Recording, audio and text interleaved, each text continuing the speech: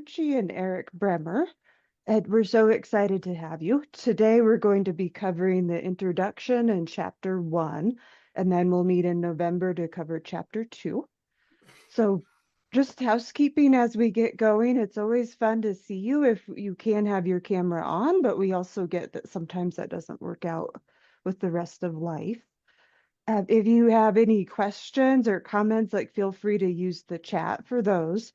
And we will often hold questions and bring them to Paula, or Eric and I might answer if it's something that feels like it's answerable in a brief message to you. So I think that's it. Eric, do you want to say hello? Hey, good morning, everyone. Delighted to be here. Laura didn't say where she's located, but I am in Portland, Oregon, and am delighted to be here, part of Paula's EMDR Chicago online training team. And you'll get to know a bit more about me as this goes on, but I'm delighted to join. So back to you, Laura, just to tell us where you're at, and then you can kick it over to Paula. So I am in Fort Collins, Colorado. And with that, Paula, why don't you take it away? Okay, fantastic. A couple different things. Hello, everybody. I'm Paula Marucci. I recognize a lot of names. And also we created this particular, I should say, evolving into this group because we want to work with those that are not necessarily EMDR trained. Being trauma informed does not mean that you need to be EMDR trained, but being trauma informed means that we do have to understand polyvagal. So I am just curious of a couple things. Are we sending chats to both of you guys? Is there somebody specific, Laura, Eric? You all could just put them in the chat if you want to everyone. Okay, all right. So a couple different things, couple questions I want to ask you guys. First of all, I'd like to know where you're from. So if you could just throw in the chat real quick. One of the things that I absolutely love about teaching online is that I can reach all over. And that's pretty cool considering before the pandemic, it was either Gurney or it was Chicago. Once in a while, I'd travel out of state. I did like to visit Colorado, where Laura was. But where are we from? Oh, are you seeing these, Paula? No, you have to read them to me. You know, I don't like to get distracted by my chat. I know. St. Louis, Fort Wayne, Chicago, Elgin, Illinois, San Diego, California, UK. All right. We've gone international. Fort Lauderdale, Columbia, Missouri. I heard that there was a university there once, so I'm not sure that's true. Washington, D.C., Lake Forest, Illinois, Laguna Beach, California, sunny Los Angeles, Woo! Jacksonville, Florida, Fremont, California. Excellent. Cedar Rapids, Iowa, Charlotte, North Carolina. Those of you in North Carolina, we're certainly thinking about Western North Carolina, Tennessee, Texas, Portland, Oregon, but that's me. So that's where we're at so far. Chime in. Seattle, Washington. Oh, you West Coasters are up early. I'm really grateful for that. Columbus, Ohio. Love it, love it, love it. All right. I just want you all to know that we're in this together. The pandemic hit the whole world. And so what that pandemic did, amazingly enough, it has brought us together as a world because we get people from all over. My second question to you is if you are, you're all trauma informed, at least if you're not, you're going to be done. You are going to be when we're done with this. And when I say trauma informed, there are so many symptoms out there that we run into on a regular basis as therapists. And these symptoms come into our offices. But at the end of the day, for the most part, it goes back to what we call a root cause. And the root cause can be anything from generational trauma from the 1800s to birthing trauma, trauma in utero, trauma throughout childhood. And trauma is the definition of trauma is according to the client. It's not according to what I think or what anybody else thinks. So how you interpret a situation and how your physiological body aspects change That is what determines trauma. And that's why polyvagal is so important, because this is going to be about the body. The body doesn't say, hey, brain, I've decided that this is really traumatic, so I'm going to make sure you can't think.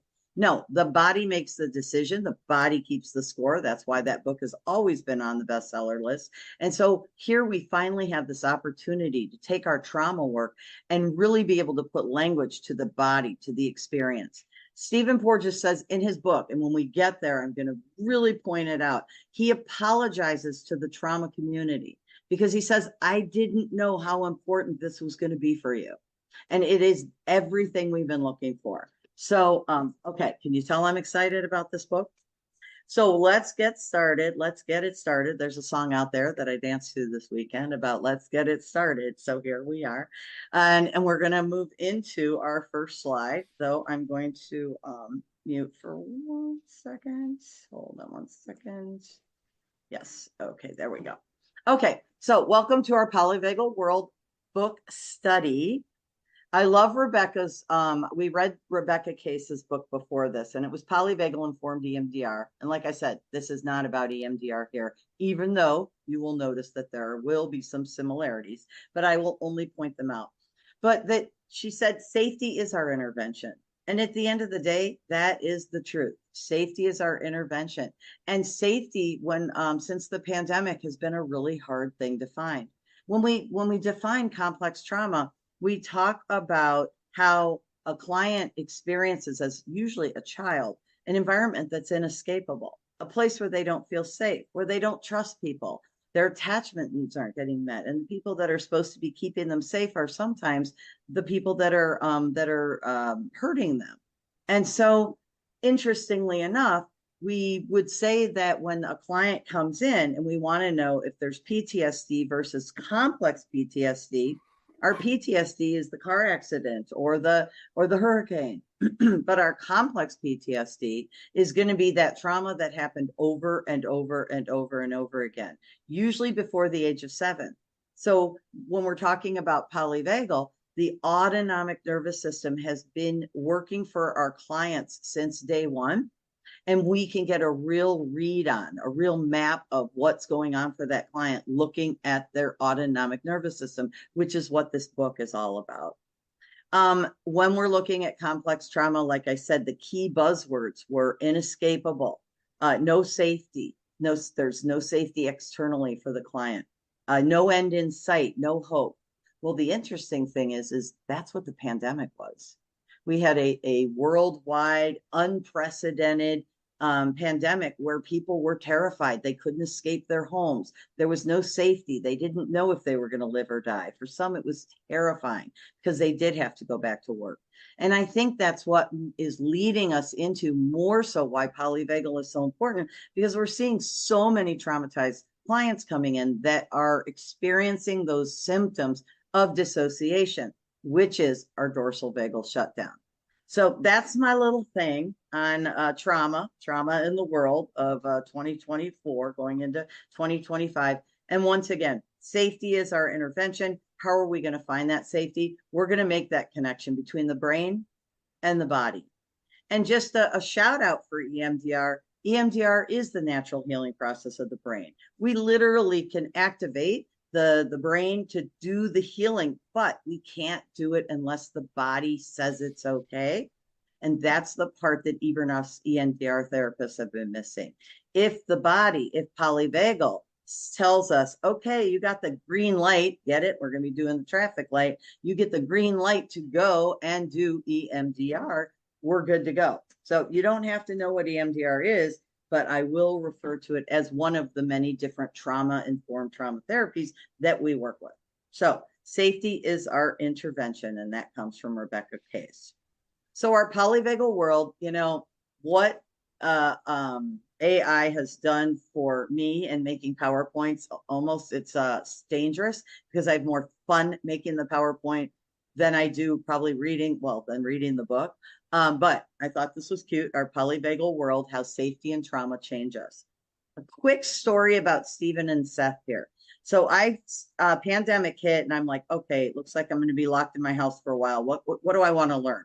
And I'm like, polyvagal. great. So I started with Stephen Porges's work, and I love him. I have a picture. I'll show him it someday. Smiles, wonderful. I never understand what he's talking about. He's a scientist, right? Even went to the conference and said, I sat there, front row seat. Okay, I'm ready to listen to Stephen. No, I no idea. So Seth, his son, who's an actor, a director, a comedian, a journalist, he says, Dad, nobody knows what you're talking about. Now, let's not say nobody, but I think I fall more in Seth's camp than I do Stephen's camp when it comes to science. And Seth has joined up with Stephen to create ways that polyvagal can be understood by everybody. And that is one of the reasons why I'm globbing on to this particular book. Deb Dana does an amazing job with polyvagal. And I think that Deb Dana's kind of maybe a book you read before this. I'm not sure. But what really attracted me to Seth and Stephen working together is that when I reached out to them and I said, I really am looking for something that's going to work for my trauma clients. And Seth says, well, I use trauma traffic light, right? And I said, well, that sounds right up my alley. I'm dyslexic. I don't like to read. And I just wanted something easy, red, yellow, green. So when they came out with this book and they sponsored the trauma traffic light, and we had already been using it for a couple years, that just at the end of the day, that was it. So I actually reached out to Seth, and he's going to come and join us at the end of the book study, which will be fun. And there's also a video that I'm going to insist that everybody watch that's got Seth explaining polyvagal in his terms. So Ethan, I just saw you walking. How you been? I haven't seen you in a while. I need to call you. Anyway, okay, so let's move on. I've talked enough. So essential reading to understand the context of our present day frantic lives and a guide towards safety upon which we all depend. So Gavermonte, you know how passionate he is about trauma. Everything is about trauma. So he wrote, it's actually on the front cover of the book. This is essential reading to understand the context of our present day frantic lives and a guide towards safety upon which we all depend. And it's true. And once again, I'm going to be referring to the trauma traffic light, because if you can know if you're in red and if you're in yellow and if you're in green and what that means, boy, that sounds pretty easy to me. So let's make it easy like they do. So we kind of gave you some easy reading. I'm doing 2 book studies this month, and I know a lot of you want to do both of them. So, and plus I am the one that's dyslexic here. So, but I listen to them. So we started with the introduction, and we started with chapter 1. It wasn't a lot of reading, but I also wanted the opportunity to kind of give you some backstory, because we've been doing so much work with Seth and Stephen's model here. So how safe we feel, not how safe we are, okay? How safe we feel is crucial to our physical and mental health and happiness. So, and I love, it's really that simple. And the key is feel. How safe do you feel? How safe do your clients feel? One client may feel very safe and another client may not. And that's why it's really important that we start introducing these tools that give our clients language, right? It's like, well, how safe do you feel? What are you feeling? Well, here, let me give you, a polyvagal feelings chart that gives it to you in language that might be helpful. I want you to think about a nonverbal experience, which is usually in what we call the right brain in a trauma training. And it doesn't have language to it. It's experiential. It's in the body. It's exactly what we're talking about here. But a big piece of the healing comes when you put language to that experience. Daniel Siegel calls it name it to tame it. Well, that's what we're going to be doing here. We want to teach our clients to put language to their polyvagal experience, which is going to be their body. And then once we get that body squared away, then we can figure out what kind of therapy orientation we want for them. So it's how we feel, not if we're safe or not. If I think you're safe, if somebody else thinks you're safe, that has nothing to do with it. It is what's our body reading the external environment as. So what is the polyvagal theory? So Seth and Stephen discussed this. Remember, Stephen is the scientist, Seth is the son. director, actor, journalist, traveler, a comedian, and they're working together. So that's super cool. Perhaps defining health, it says, perhaps the defining health threat of the 21st century is that we live in a world in which trauma is endemic and rarely understood. And that's so true. We've got so much trauma. There's always been trauma, but now there just seems to be even more trauma. And so I don't know about your clients, but my clients are coming in dysregulated every day about what's bothering them in their external world from week to week. It's not even about what happened, in their childhood, even though we will talk in a minute about how that affects it. All around us, millions of people are silently suffering, often unable to explain the strange changes in their body because of its traumatic experience. The body keeps the score. That book has been on the bestseller list more so than almost BTS and their music worldwide. So there is a reason why understanding how the body is affected by trauma is really, really important. They use an example, Seth and Stephen do, of a survivor experiencing depersonalization because trauma memories are often encoded in body parts and sensory experiences that light up and shut down in the way they feel new and foreign experiences. It's like I forgot a word there. I'm just curious, but I'd like for you to just put a yes or a no to our chat coaches. Do you know what depersonalization is? Just a yes or no. No worries. I had no idea what it was when I was introduced to it. Ooh, we got quite a few yeses. That always excites me because I think it's just moving in that direction. Okay. Well, we will be talking about it plenty. I'll tell the story real quick of my introduction. Years and years ago, when I thought I was a trauma-informed therapist. I took an EMDR basic training. I had my own trauma. What more did one need? And my client came in and she told me how she could walk down the sidewalk and she could hide behind the bush at the same time. And I thought, well, how do you do that? Long story short, and she loves it when I share our work together because she's studying to be a social worker herself. Is that I did not know what depersonalization, and this client would experience a lot of depersonalization and derealization, and that she could split off from her body. I had no idea it was a thing. And I would imagine that you would think that if a client is present, that's great. They're right there in your office. But if they are able to separate themselves the minute a trauma memory comes into play, that's something that we need to figure out how to work with because they're not there. And if they're not there, it doesn't matter what you do, right? This is one of our biggest challenges as trauma-informed therapists right now. PTSD versus complex PTSD. What does the treatment plan look like? It is very, very different. And a PTSD trauma, like I said, it's a one-time criterion A event. It may be something large like a natural disaster, or may it be something smaller like a car accident. Don't want to downplay the severity of that, but that's not complex PTSD.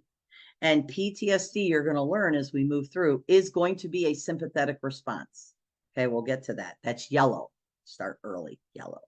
But complex PTSD, that's different. That is a whole different ballgame. That is, we're talking about inescapable lack of trust, attachment ruptures, and chronic trauma that's experienced over and over and over and over again. That is going to be our red. That is a dorsal vagal shutdown that can be assured there's dissociation with that. So here you have two major polyvagal states that we're going to be getting ready to learn about. One is going to be a PTSD type response, and one is going to be a CPTSD response. Well, why is this so complicated to teach in a trauma training? Because we don't have a diagnosis for it. We have lovely PTSD diagnoses, and all the research for a lot of our for the majority of our trauma-informed tools are all about PTSD. But what we're seeing is complex PTSD. And what do we do with complex PTSD? Well, it is a mystery what we do with complex PTSD until polyvagal came around. Now, in Europe, where the World Health Organization has given it its own diagnosis, that's fantastic for them. And that leaves us kind of in a really questionable area because it's PTSD or it's PTSD with a dissociative subtype. And we'll talk about that as we get more into the book. But that's not the same thing as saying, do we have PTSD or do we have complex PTSD? And as you can see by the visual here, the symptoms of complex PTSD are very different. And it also includes the 4 of the PTSD. So this is PTSD, remember, sympathetic response. And this is complex PTSD, which is going to be a dorsal vagal response. If I could change the colors here, this would be yellow and this would be red, but I can't have everything my way. You know, maybe I could ask a GT to do that for me, GPT, whatever they call that thing. Okay, so Dr. Frank Anderson, who's actually the other book that we're going to be doing, talks about the types of trauma. So once again, being polyvagal informed, I'm going to assume that everybody here works with some type of trauma. If it's maybe you don't work with all trauma, but some trauma. We have acute stress disorder trauma, which is generally something that happens within 30 days. You're going to be able to meet with them. They're in a crisis, and you want to take the unmetabolized memories and you want to process and desensitize them so that we don't get a PTSD. But then the majority of our clients that do come in after some type of horrific situation, they have the symptoms of the PTSD. All of these symptoms of PTSD are activated symptoms. They have mobilization involved. The client's either going to fight, or they're going to flight, or they're going to freeze with intention, or they're going to fawn, codependence. This is a mobilized experience. That's why PTSD is considered sympathetic. When you are in a mobilized fight, flight, freeze, fawn, you have an increase in heart rate and an increase in blood pressure, and you have cortisol that's coursing through your bloodstream, which is the stress hormone that's activating you. It's getting you to move. That is going to be part of what we learn with our polyvagal world. If the danger here doesn't go away with PTSD, if you are like the pandemic, for example, we did what we were supposed to do. We're watching our social media. We're we're waiting for a vaccine. We're trying to not go to work, and it never went away. And as it didn't go away, people started to shut down.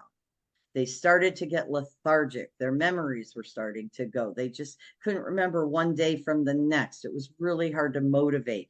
That was a polyvagal shutdown. That was a dorsal vagal shutdown from yellow to red. And that's what these 3 trauma categories are: complex PTSD, relational trauma, developmental trauma, extreme or dissociative trauma. All of these are going to be that complex PTSD. That is going to be our dorsal vagal shutdown. So you've got your parasympathetic, you're going to have your ventral vagal, your dorsal vagal, and then sympathetic in the middle. We call it red, yellow, green. Red is your dorsal vagal shutdown because of how intense all the trauma was. Yellow is going to be our PTSD sympathetic response. I'm going to fight you. I'm going to flight you.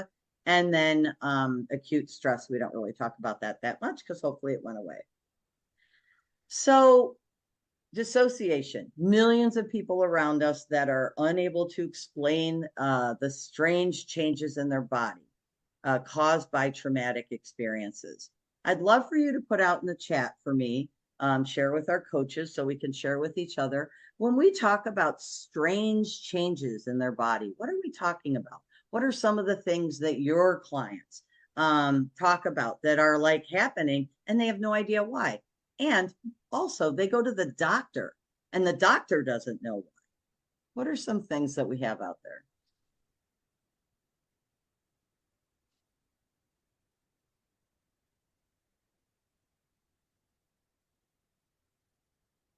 We've got autoimmune issues, difficulty focusing, intestinal issues, ability to dissociate from pain, heart palpitations, numbness, headaches, chronic pain, paresthesia, non-epileptic psychogenic seizures. Yes. Yep. Woo, right? And that's just a few. Yeah. I remember back in the day, I like to share personal stories because why not? I had chronic fatigue syndrome when I was in my 20s. I had a low grade temperature. pretty much every day. I went to bed at like 4 o'clock. I got out of work at like 3:30, 4 o'clock. I worked in the stock markets, and it was freaking stressful and exhausting. And I went to bed every day at that hour, and I went to so many doctors. It was this. Anyway, my point is that we have these strange experiences. And if we can take these experiences, remember experiences, and put language to them. So now I'm going to get some neurobiology in there. If you take an experience that comes from your limbic system or your brainstem, which Stephen and Seth are going to do an excellent job in this book of putting language to that. And then we teach our clients how to put language to that with our tools, our polyvagal tools. That is what link, binds, or connect. That connection is part of what calms down the system. So Daniel Siegel will show a little video where he says that there's literally neurotransmitters that are squirted onto the amygdala. It's like putting a fire out when you put language to your experience. So this is the dissociative experiences scale is a number of descriptions of things that our clients experience. I was hoping I had it right here because I wanted to read a couple to you, but maybe what I'll do is I'll just put my glasses on and read to you. The dissociative experiences scale, also known as the DES, is a screening tool we use. Everything here is going to be a dorsal vagal shutdown-ish. Everything here is about dissociation, and it's about the red zone, and it's about a decrease in heart rate and a decrease in blood pressure, and the body is shutting down. It's going to feign death. We call it flop and drop. We've got when your body it's forget it. I'm a little slow today. I had a fun weekend. Okay, but let's read some of these. So like for example, the green ones are depersonalization and derealization. So some people have the experience of looking in the mirror and not recognizing themselves. Some people sometimes have the experience of feeling as though their body does not belong to them. Some people sometimes have the experience of feeling as though they are standing next to themselves. If you have those experiences, you want your therapist to know. I feel like there's just questions in here that are really, really important. You sometimes find that that you're alone, you talk to yourself, or that people sometimes find in certain situations that 1 minute you can do something and 1 minute you can't do something. All of these are part of a dorsal vagal shutdown. That's my point.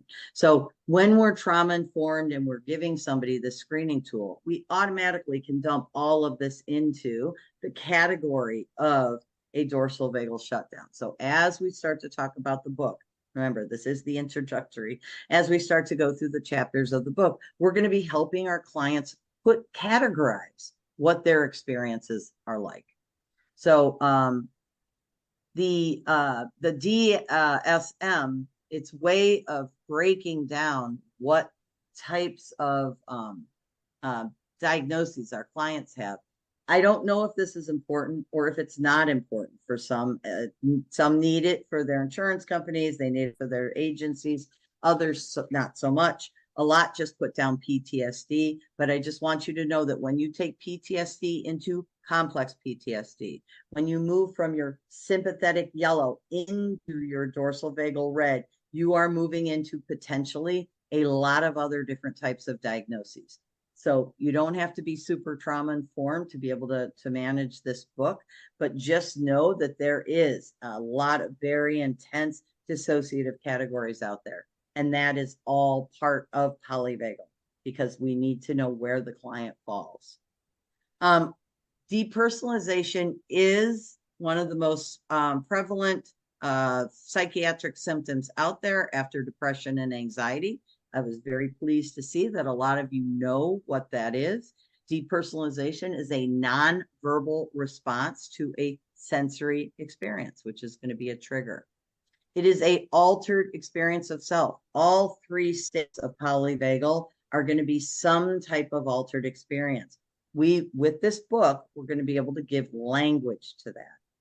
And then when experiencing depersonalization, one cannot hold and adaptive positive beliefs. So any client you're working with, where you're trying to get them to embrace something positive about themselves, they can't. And that is why we're here, because we want to give the client language around what they're experiencing. We call it state before story. I don't need to know your trauma story. I need to know what state you're in. Then we can figure out your trauma story. Because if you tell your story first, you're going to go into that state and you may not even be here with me.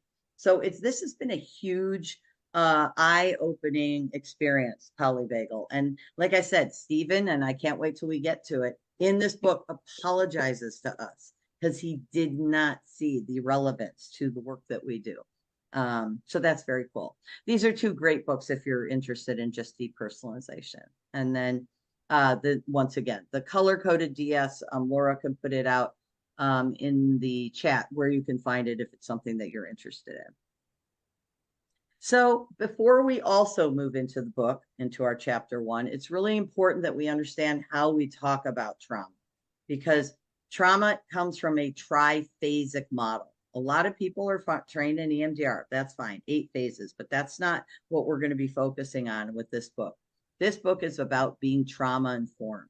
So the 3 models are going to be stages 1, 2, and 3.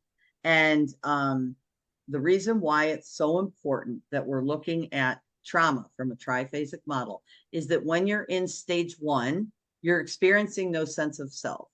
You feel unreal. You need to find solid ground.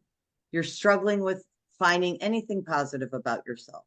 And polyvagal theory is our first course of action because the client is not grounded in anything and they're not really sure what they are working with. So trauma affects not just our brains, but our entire body. Polyvagal theory shifts the focus of trauma discussions away from the specific event and toward how it transforms and becomes ingrained in our physical being. So every single thing that we ever experience is encoded in us in some way, shape, or form. And we're not conscious of it. That's another beautiful thing about polyvagal. We're going to talk about neuroception. Neuroception is unconscious, and it basically is tracking our environment 24/7. And if anything looks dangerous, if anything is off, you will start to experience some type of body sensation, and you may have no idea what it's connected to. One of the first things that we talk about in our trauma-informed trainings is the 20-80 rule. 20% of what you experience is about today, and 80% comes from the past. I'm going to repeat that. 20% of what you experience is about today, and 80% comes from the past. How can we help our clients understand that?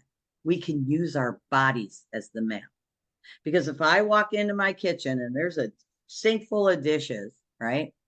And I look over there and I get this like, oh, feeling. And it's not a pretty feeling. It's a 20% is, oh my gosh, the kids, they're just leaving all these dishes. It's my responsibility to do everything. 80% is growing up in an alcoholic family and having to take care of all the siblings. And the kitchen was trash on a regular basis. That is figuring out a trauma story through your body. And the body sensations are going to be able to be categorized according to polyvagal. And then polyvagal is going to help us understand what treatment plan to use with our clients. So see, we're doing this all backwards, which is great because actually maybe it's forwards. So just to be trauma informed in general, we just want to know that we're looking at 3 stages of trauma. Polyvagal's in the first stage, so we don't have to learn anything else here. Trauma is psychological and physiological. It is encoded in our body. It changes our body in addition to our brains. And the polyvagal theory is going to help us prepare our clients to do this stage 2 work, which is what the majority of clients come to us for, which is the memory work. You can't work on trauma memories unless you've done your polyvagal mapping and understand how memories activate the client. Think about a complex PTSD example, and you have a client that was abused for years, and their abuser said, you don't tell anyone. If you tell somebody, I'm going to hurt your family, I'm going to hurt your sister, I'm going to hurt your dog. That client has a voice inside them that says, you don't tell anybody. You never tell anybody. We never say a thing. And your client comes into your office because their other therapist maybe came across a trauma memory that needs to be done. And one's an example of times things happen. If you were abused at 5 and your 3-year-old, 4-year-old becomes 5 years old, that would be a perfect time for the memories start to surface. So how do we know what's going on? Well, we can go in and we can map out the body sensations, because the body sensations are where the story is. And so we want to be able to put language to that. And that is the difference between stage 1 and stage 2, because you can't go to stage 2 and talk about your memories of what happened if in stage 1 there's a part of you that's like, we don't tell anybody anything. And if you do start to say something, we're going to go right into that red zone and we're going to shut you down. Or we're going to go right into yellow and you're going to run out of there as fast as you can. Or you're going to argue with the therapist the whole time. It's all there in polyvagal. It's very exciting. And this is one of my favorite polyvagal charts, and you can find these on my website. Laura and Eric can put them in. But here you've got it in a traffic light. Beautiful. Once again, Seth and Stephen, their whole book is going to be traffic light language. It's the only book out there that talks about it with this very easy analogy. And so here's our red up here, our yellow, our green. And in a perfect world, it probably would have been nice if we could flip it upside down, but that's okay. We'll manage. But our green is our goal in life. It is our dual attention. It's where we want to be whenever we do any type of trauma work. You always want a foot in the present and then a foot in the past. Because if you don't have a foot in the present and the foot in the past, that means that you are reliving the trauma. And so we always say I say to my clients, I don't want you to go visit the trauma by yourself. You've already been there. You've already done that. I want to go with you. So with me, let's go visit that trauma. 1 foot here with me and 1 foot in that disturbance that we've identified that we're going to work on. And that is going to help us. How are we going to do that? By being polyvagal informed, because the first thing we want to do is know what that trauma is activating in the body. Okay. So this is a great chart because it has all the physiological changes here. So as we start talking about sympathetic, we can look at it and know that we have an increase in heart rate, increase in blood pressure. We'll get to this as we start chapter 1, but at the end of the day, polyvagal is the study of heart rate variability. That's how it started. It's all about the heart. So the first thing you're going to want to know is, where's my heart rate? Not literally. You don't want your clients measuring their heart rate. That can become very OCD-like. But at the end of the day, resting rate, green, accelerated rate above 100 beats per minute, and access prefrontal cortex, getting ready to fight, flight, freeze, fawn, sympathetic, yellow, and then a significant drop in heart rate. And this is how Stephen figured out polyvagal to begin with. His trauma clients had a significant drop in heart rate that dropped way below resting rate. And that is going to be the dorsal vagal shutdown. We're talking heart rates of 45 and 55. Okay. So our trainings are all trauma trainings are being able to use polyvagal language to talk to clients about staying present and staying grounded, because that is green. You can't be present or grounded unless you're able to co-connect. And that is going to be what our social engagement part of our polyvagal. Remember, there's only 3 states that we need to worry about. Continuous attention is paid to maintaining present time orientation and dual attention awareness. Having our clients go home and practice. Where were you this week? Oh my gosh, I was watching all that coverage and I was in yellow, and then I was in red. I had to go take a nap. I was exhausted. We like the language. It's easy. I watched the debate. I was in yellow the entire time. I'm dealing with my husband who's very sick right now. I'm just in bed. I'm red. I can't get out. The language is easy. Dual attention, that adult present oriented memory networks that are in play while at the same time that we have the traumatic material access. So a foot in the present and a foot in the past. This dual attention is key. Polyvagal gives us language so that we can honor this healing process. Because the language is, if you're in red, how do you get out? If you're in yellow, how do you get out? How do you move from red to yellow? How do you move from yellow to green? The key is you can't move from red to green. You got to go through yellow first. What does that mean? How do I do that? It's easy. Once you figure out the You language. mic close as well? What's that? I think somebody's, so I'm going to do two more slides on window tolerance, and then we'll open it up for some questions because we're literally preparing to move into chapter 1. But the window of tolerance versus polyvagal, window of tolerance has been the language that we've been using for decades. We have been talking about hyperarousal and hypoarousal. And hyperarousal is yellow, hypoarousal is red, and window of tolerance is going to be green.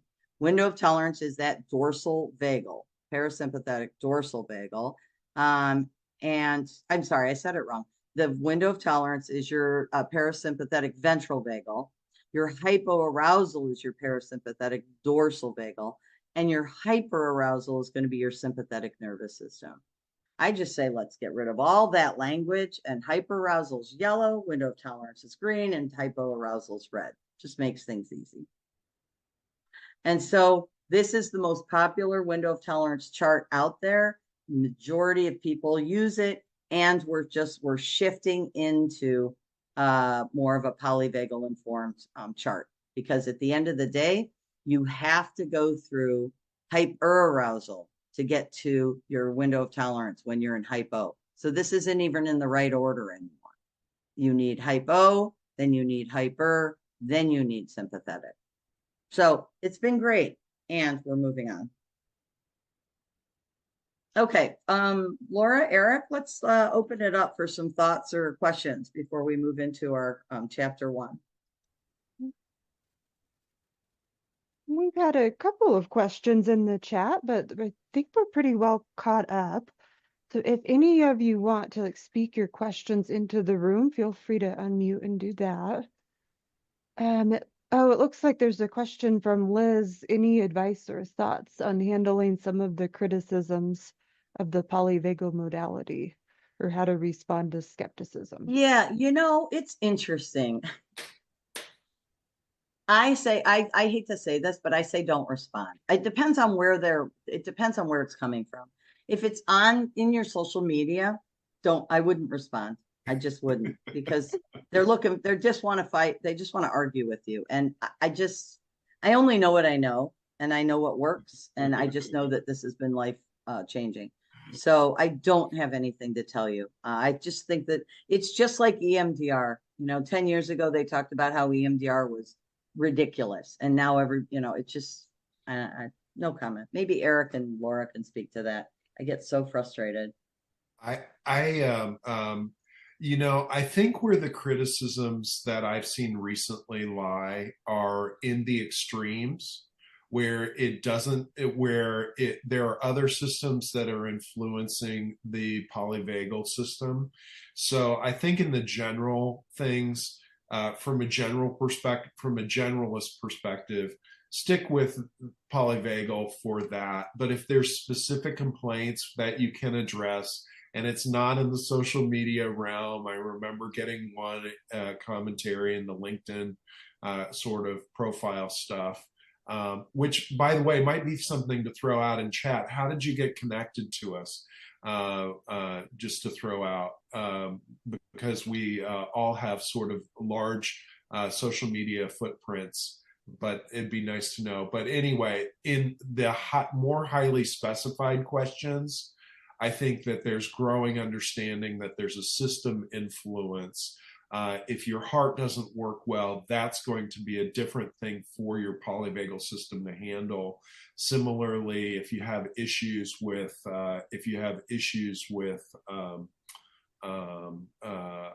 adrenals and all of that. That's going to be a different level. Laura, over to you. I think you covered it. I mean, I like polyvagal because it works so well and most people relate to it really well. So I'm not that deep in the science of it, but I know that it's been incredibly helpful and powerful. And people can take this and use it on their own and make huge strides. So I'd go with that. Um, there's another question here, though, and this is from Mina. So, what's the difference between freeze, sympathetic hyper, and dissociative shutdown or hypo? Yeah, so a lot of times freeze can be considered orange because it's a yellow and a red. But the way I like to describe it is if you have a freeze with intention, if dad is raging and you're underneath the table and you're frozen and you're freezing not to move, that's going to be a sympathetic freeze versus a freeze where you're paralyzed. And so there's this transition that happens being in the mobilized yellow versus a more of a lethargic, paralyzed. I can't move. I'm in a kind of a comatose. That's going to be the red type of freeze. So there's two. Yeah, and then just to go back to that other topic real quick, just the other day, there was this great conversation talking about polyvagal, getting ready for this book talk, and somebody put on there, why are we still talking about polyvagal? And it's actually somebody that I have a lot of respect for. He does a lot of great research, and I read a lot of his journal articles. And part of me sat there is like, I kind of want to say, like, what exactly are you asking? And then the other part of me was just, no, don't go there. Don't go there. I just because it's just not a question I want to engage in. I just because I'm not a scientist. We're doing the best we can by working with a scientist. Yeah, so that's a tough one. Okay, are we good? Anything else before we continue? That's it for right now. Okay, awesome. All right, so now we've moved into, because we went from the window of tolerance, which, like I said, was a big language for a long time, and now we're moving into like why polyvagal theory. So detecting danger is not just in our heads, but also there is a physiological and sensory change in our bodies. So this is going to be nonverbal. This is really important. It used to be if you had something going on in your body, you'd go to a doctor. Well, the doctors don't even know what to do with the majority of the people that are coming to see them anymore. And yes, we always have to rule out, right? Like if I have a client that has a non-epileptic seizure, I still have to send them in to get checked out, but 90% of the time it's going to be affected. It's going to be their trauma. So, and what a non-epileptic seizure is the energy that's trapped in their body. If you were a young child that was being abused by a large person, there's a lot of energy that's trapped because you were so powerless. And when the trauma gets activated, it comes out of their body. If it's in their arms or their legs or their lips or their jaw or their foot starts tapping, or it can be anything. And it is part of what's going on from a polyvagal perspective, because it is the body keeps the score. And we want to be able to calm the client out, name it to tame it, give them language to why it is that they're experiencing it, but more so understand the story now that we know the state. And the state would be some type of tremor, for example. This change is unconscious and engages either a sympathetic fight, flight, freeze or a dissociative numbing shutdown. So there's only two choices, which I think is great. You're either going into a sympathetic, increased heart rate, mobilized, or a dorsal vagal, drop in heart rate, drop in blood pressure, shut down. Two totally different states. We want to empower our clients with the ability to track their bodies and understand their autonomic nervous system. We're doing a lot of parts learning right now, and mapping your parts is really important. Well, the next question I ask is, when you map a part, is that part in sympathetic energy, dorsal, or ventral vagal energy? Because ventral is going to be a shutdown. I'm sorry, ventral. I got to get these straight because I know I have them straight. Ventral, when we're in our greed state, thank you, is going to be connected to that self energy if you're doing IFS, for example. Sympathetic, which is yellow, is going to imply that there's a trigger that we can work with, that we could actually start desensitizing. And then red is a dissociative shutdown. That's going to be our dorsal vagal, and the client's not there. They're just not there. So that's a problem. And we'll be talking about that. So we want to empower our clients with the ability to track their bodies, to understand their system. This is how we keep our clients in their window of tolerance. They're able to put language to it. My client will say, and my legs started to shake. Well, actually, let's use the other example. The client that loves me to share the work that we do. She would go into a full blown out non-epileptic seizure, which is the first time was pretty scary. Every time I use my nurturing voice. So you can tell I have like a kind of a voice that has determination, and I'm very passionate about what I do. I have a low voice. Usually it's not this low. But and when I would say things to her like, oh wow, oh my gosh, Susie, I can't even believe that happened to you. She starts to seize because it was the abuse of mom that that's recorded in her autonomic nervous system. So when I'm talking to her like from a direct perspective, so then what happened? Oh, okay, and then you did that, and so what are you thinking about this? Doesn't phase her. But when I go into what she calls that rapey voice, you gotta love having your own voice being called a rapey voice. I'm over it, but it's it's kind of interesting. So that's all polyvagal, right? What happens when there's a trigger? How does that affect the client? I have to throw this in here because at the end of the day, the nervous system is the brain and it's the body. It's other things too, but in fact, I'll go to this slide so that you can see that it is other things too. The nervous system is going to be the peripheral nervous system, which is going to be our polyvagal and our somatic. And we also have the central nervous system, which is the spinal cord and the brain. And if you need specifics, it's all right here. The key thing is that when you're doing trauma therapy, especially when you're doing EMDR, and I did say I was going to throw some EMDR stuff in here, it's the AIP, which is up here, the adaptive information processing, which is the natural healing process of the brain. So when you think about the nervous system, you can say brain, check, but what about the body? Because the body is part of the nervous system also. And the body's going to be down here on the peripheral nervous system side, the autonomic division. That is going to be our polyvagal theory. So we've got the brain and we've got the body, and now we have everything that we need. So let's move our language from, since I'm messing it up so much anyway, we've got our dorsal vagal, which is our green, which is going to be our co-connection present, being here today. And we have yellow, which is our sympathetic nervous system, fight, flight, freeze, fawn, increase in heart rate, increase in blood pressure, cortisol, the stress hormone pulsing through our bloodstream, giving us energy, wanting to mobilize us. And then we have red, which is that shutdown. It is dissociative. It is, I can't move. I'm under a weighted blanket. I'm eating potato chips. I'm watching Netflix. I'm playing video games. I can't get off the video games. I'm scrolling on my phone. It is a separation or severing from emotional or physical pain. That's what red does. So, yellow, red, green. Yay.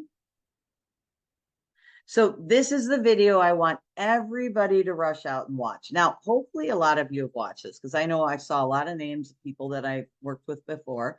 So if you could just put a yes or a no if you have seen Seth Porges' 28-minute video on the traffic light and polyvagal.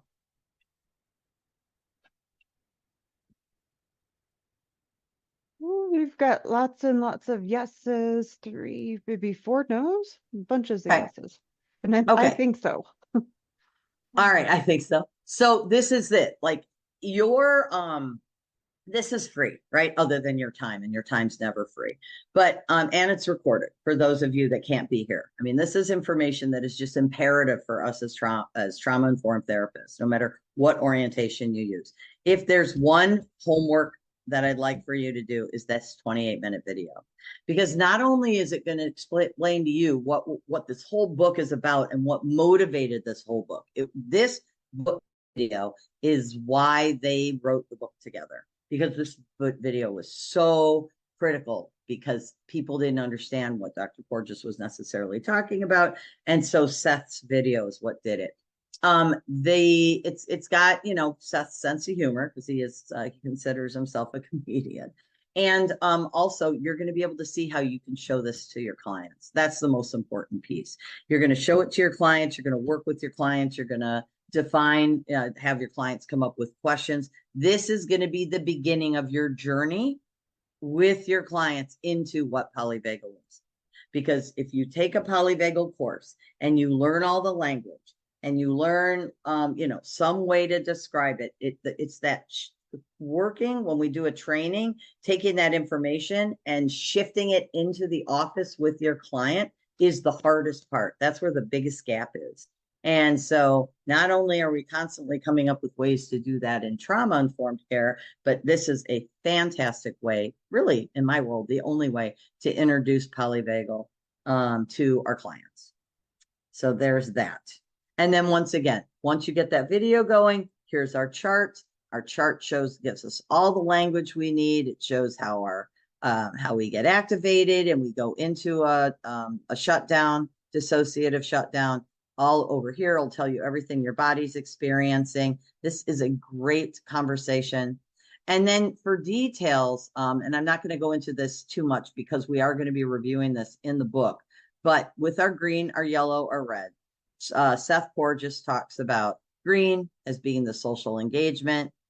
This is where everybody's healthy. You've got a resting heart rate. Your rest and digest is working nicely. It is the complete opposite of dissociation. And the best way to activate it is through eye contact, through your tone of voice. There's, ear muscles that are adjusting to certain pitches.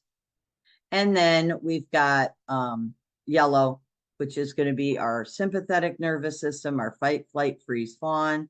And this is going to be where you're mobilized because of that cortisol stress hormone that is prompting the energy, because you're in danger. And then we've got our dorsal, and that's going to be our red. And that's our I'm about to die.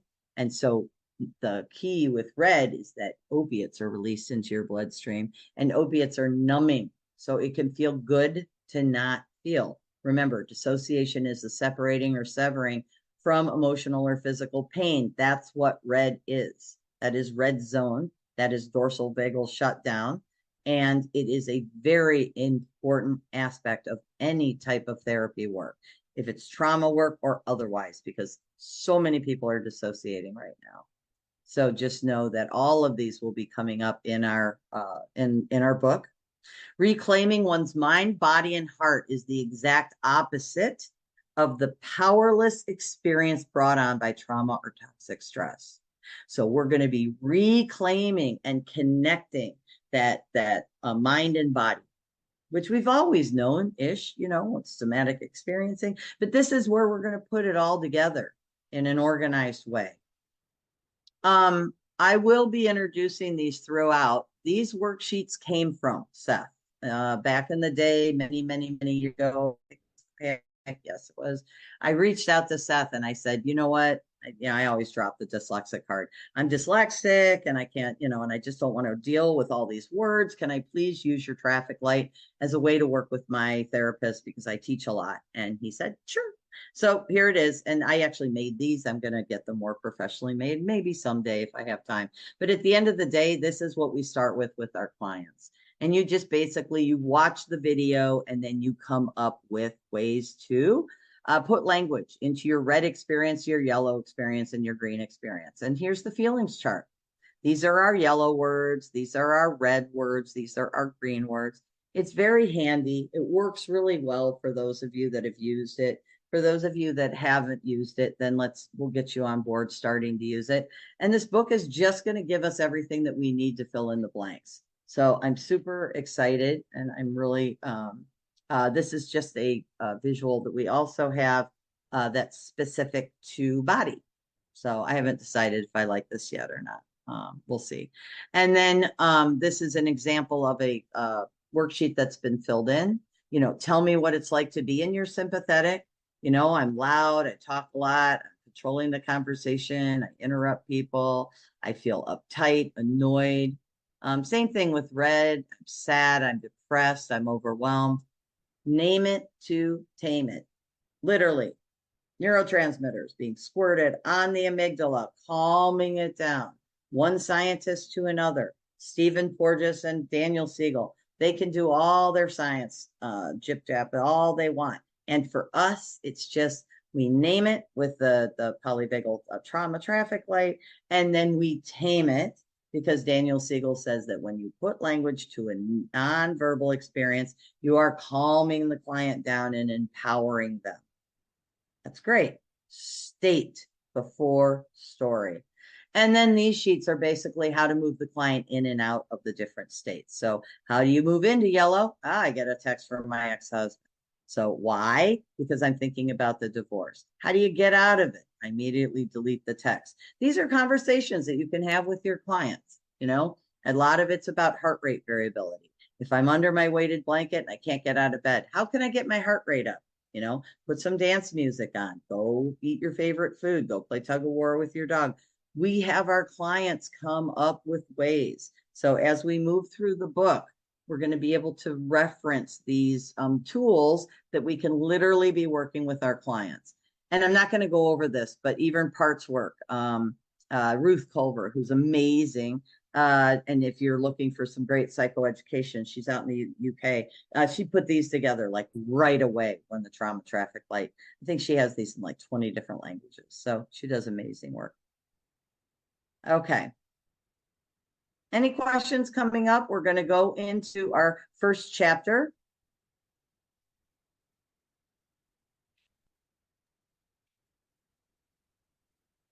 I think we're good on questions.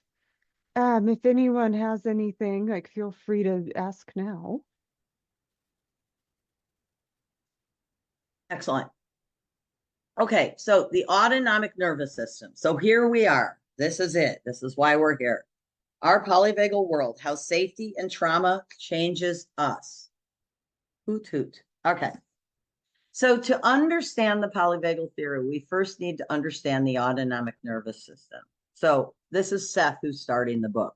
Seth's language is really easy to understand. Super grateful for that. So autonomic means automatic, and it's unconscious. So the first thing I like for my clients to truly understand is that what's going on, we don't know. We have no idea. If a dog were to walk by my window, and a lot of you know that I have dog trauma, my neuroception will immediately pick up on that dog. I present a lot here. I love it. This is where I live. And I have huge, gigantic windows. And if a dog walks by, I immediately get pulled. Now, there's a new puppy next door, and they take them out over there all the time. So I've constantly got this thing going because my neuroception pulls me automatically and unconsciously. And I'll get pulled, and then consciously I'll be like, oh, it's a dog. Okay, I get it. So the autopilot of our beating heart, breathing lungs, our pupil dilation, it's all connected to this. And so our autonomic nervous system autopilot controls most of our bodily functions without our awareness. That's a really critical piece of information for all of our clients, because all of our body functions, it's everything. It's what our, what pitches our ears are picking up on, and how our pupils are dilated, what's going on with all of our organs. So we want to really speak to, and that's why I love this visual, to the power, the absolute power of polyvagal. So the the autonomic nervous system frees us up to live. Seth kind of goes into this thing like, well, if you were constantly, focusing on your polyvagal, you'd have no time to do anything else. And that's true. If we'll talk about neuroception, but my autonomic nervous system is basically, making sure everything is safe for me 24/7. How would I ever get anything done? I'm like a busy person. I appreciate that it does that. There's one bodily function that is controlled by the autonomic nervous system, and that's in us, and that is breathing. So, breath work, when we talk about the autonomic nervous system, is heart rate variability, and heart rate variability is breath. So, we have a lot of psychoeducation associated with teaching our clients to breathe. And the thing we have to be careful of is, yeah, in the olden days when we had window of tolerance, you got activated, you would breathe, and then you bring your activation down. You got activated, you would breathe, you bring your activation down. But now, if you got activated and your heart rate's up because you're in your yellow sympathetic nervous system, you breathe and you bring it back down. But if you're in red, and you're in your dorsal vagal shutdown, which is where the majority of our complex PTSD clients are, their heart rate is low. Their blood pressure is low. Breathing isn't going to do you a bit of good. And so we need to figure out what types of things do bring our clients back up into, because literally we want to pull them out of red by getting that heart rate up. And so that's why it's really fun to have the client go home, figure out what gets their heart rate up. There are some really creative ways to do that. And I'll just throw them out there because I'm not sure where it comes in the book, but I work with adolescents and 20 somethings and failure to launch kiddos. And I've got them doing playlists that bring them out of the shutdown. They bring in their favorite music. They bring in their favorite TikTok videos, Facebook, things that make them laugh, things that engage them. Everybody's got even a movie that's a feel-good movie, anything that can give us a conversation. I get a lot of rappers. And so whatever it takes that motivates you, if you're in recovery and you have 3 months or 3 years sober and Eminem's recovery album just pumps you up, that's the kind of thing we're looking for when we're thinking about how to move ourselves in and out of these polyvagal states.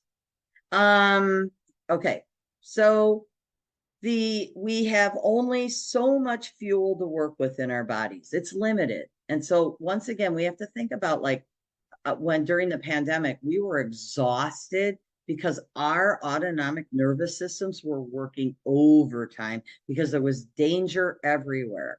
I remember a moment where I thought, oh gosh, I can't even go to my office and touch my elevator button because I could get COVID and die. I was like, this is getting crazy. So we just have to think about that, like how exhausting it can be, what emotional hangovers really look like, because there was a very, if you had somebody that's been in the hospital and you were terrified and worried they were going to pass, all of your autonomic nervous system is working overtime and you're not aware of it, but it can be exhausting. The autopilot metaphor, each system is controlled by a different software program. So being angry, aggressive versus cool, calm. Each subsystem of the autonomic nervous system is activated at different times and serves as different functions. The sympathetic nervous system, and go ahead, put it in the chat, sympathetic nervous system, I'm going to start quizzing you, green, yellow, red.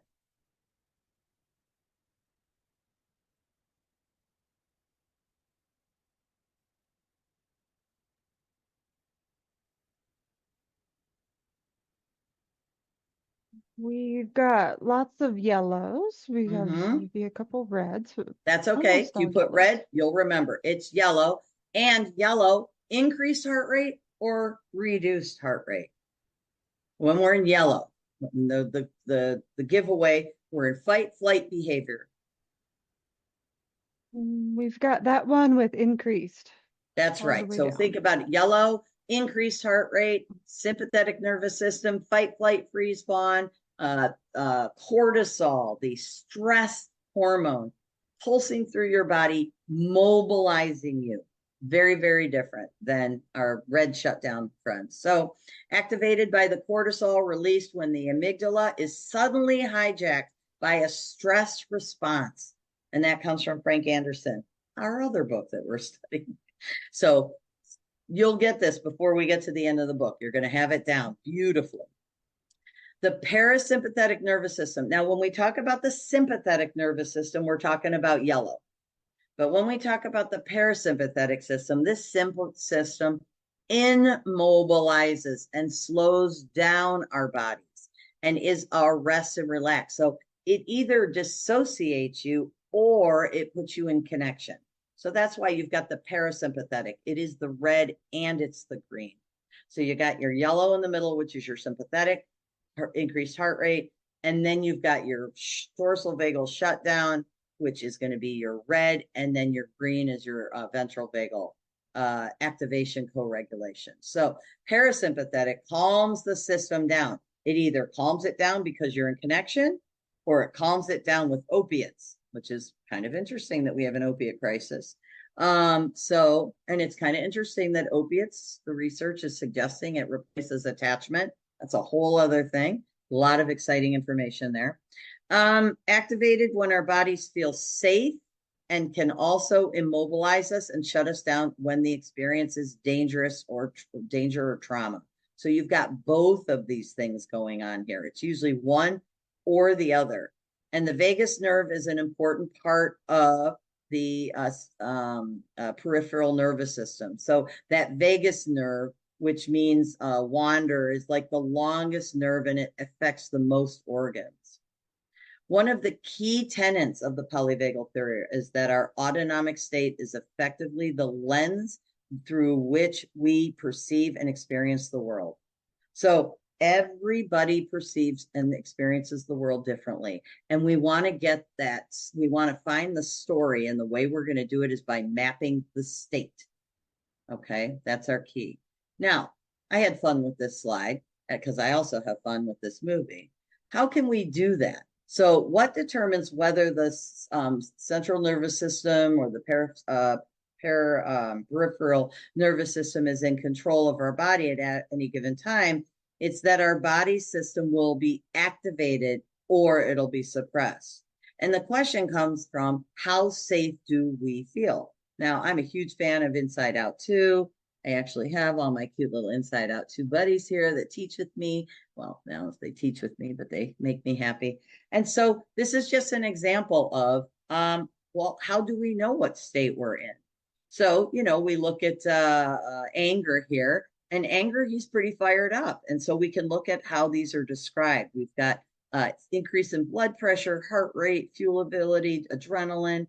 We have I would say that we would say that anger would be in our sympathetic, and fear would be the opposite. Fear would be a decrease in heart rate, a decrease in blood pressure, digestion slows down. And so at the end of the day, we've got these charts. Actually, it looks like I don't have the third piece. I need to put it up there because I meant to put red in there as well to represent all the different parts of Inside Out. So the idea is, how safe does the client feel? And that is a conversation that we need to have, because if the client doesn't feel safe, I just had this conversation with the boys out in the Netherlands, if any of you know who they are, and they're telling me about how Flash is, something that they're going to be working with. And I just said, like, do you truly know how to start the Flash technique? And they're like, they looked at me and I said, you have to start with a positive, secure, safe space. I go, I don't know a lot of complex trauma clients that can tell you where they feel secure, safe, and secure right off the bat. So this is where polyvagal is going to come in very handy. And I got to change the slide because this is not match up, but I'll come back with these guys because they're always a part of my life. When our bodies feel safe, they revert to a healing state. It's a homeostasis.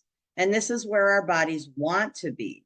And there's a natural drive toward this healing state. I hope that sounds familiar to some of you. We have a natural drive to this healing state with polyvagal, but we always have a natural drive to this healing state in EMDR as well. We also have a natural drive to a healing state in internal family systems when we think about higher self. We have a natural drive to our healing states when we talk about ego states. It doesn't matter what orientation we're talking about. We have a natural drive. And so we also, with our polyvagal, prolonged exposure outside of homeostasis can have negative effects when it comes to our health and ability to function. So they say the more hysterical, the more historical, the more chaos that you've been exposed to, the more that it's going to affect your polyvagal responses. How we perceive the world all depends on how safe we feel. And if trauma is the inability to feel safe now, what effects will happen to our bodies? So thinking about how the body has been affected by certain experiences, then being able to put the trauma story with it so that we can give the client this sense of agency, this sense of connection, this sense of empowering them with psychoeducation. If your client knows the difference between yellow and red and knows why they went into yellow or why they went into red, then that gives them, that empowers them. And that's really what we want. The book is going to be divided into like what Seth talks about and what Stephen talks about. Stephen's work is going to be scientific. It's going to be brought down to our level. And then Seth just basically talks like he's talking to somebody at a coffee shop in Paris, for example. So the language will be very different. Stephen talks about our physiological state and how we feel are overriding variables and how we experience the world and can change just about everything related to the experience of being alive. So in other words, this is a really powerful system, right? The physiological state. It trumps everything. So when we talk about like doing any type of trauma work, at the end of the day, if our body is not on board, if our autonomic state is not allowing you to access that green, then the client's going to relive the trauma, and that's not going to help anybody. Or if the client goes into red and they leave their body as you're going into some of the trauma work, they're not there. So there's nothing for us to do. This is all really important information that we need before we work with our clients. Our conscious intent, what we think, and body state, what we feel, are often at odds. So I could be thinking one thing, but I could be literally, my body could be feeling, and we hear this all the time. You'll hear a client tell a story. Oh my gosh, and then this was a horrific thing that happened, and you're looking at them, and there's no facial expression whatsoever. There's no body energy, and you're like, wow, this is off. That's because they're basically probably went into a vagal shutdown. Or you have a client that goes from being able to talk about something to then getting really angry. And it can be almost unsettling. That also would be another polyvagal shift. And if you've already talked about it, if your client's already shared with you when they have these shifts, then this becomes part of the therapy. It becomes part of the exercises that we need to do. I'm noticing that your blood pressure is increasing. I'm noticing that your heart rate's going up. What are you noticing about yourself? Yes, that you're starting to feel warmer and that your cheeks are getting red. What are some things that we practice? What works for you when it comes to bringing us back down into a calm ventral vagal state? And we will have already worked on those things because that's what the worksheets are for. Let's see. Our conclusion or our conscious intent, what we think, and our body state, what we feel, are often at odds to each other. And that's what we were just thinking or talking about. Our autonomic state predicts how we experience life. So it's not what we think, it's how we feel.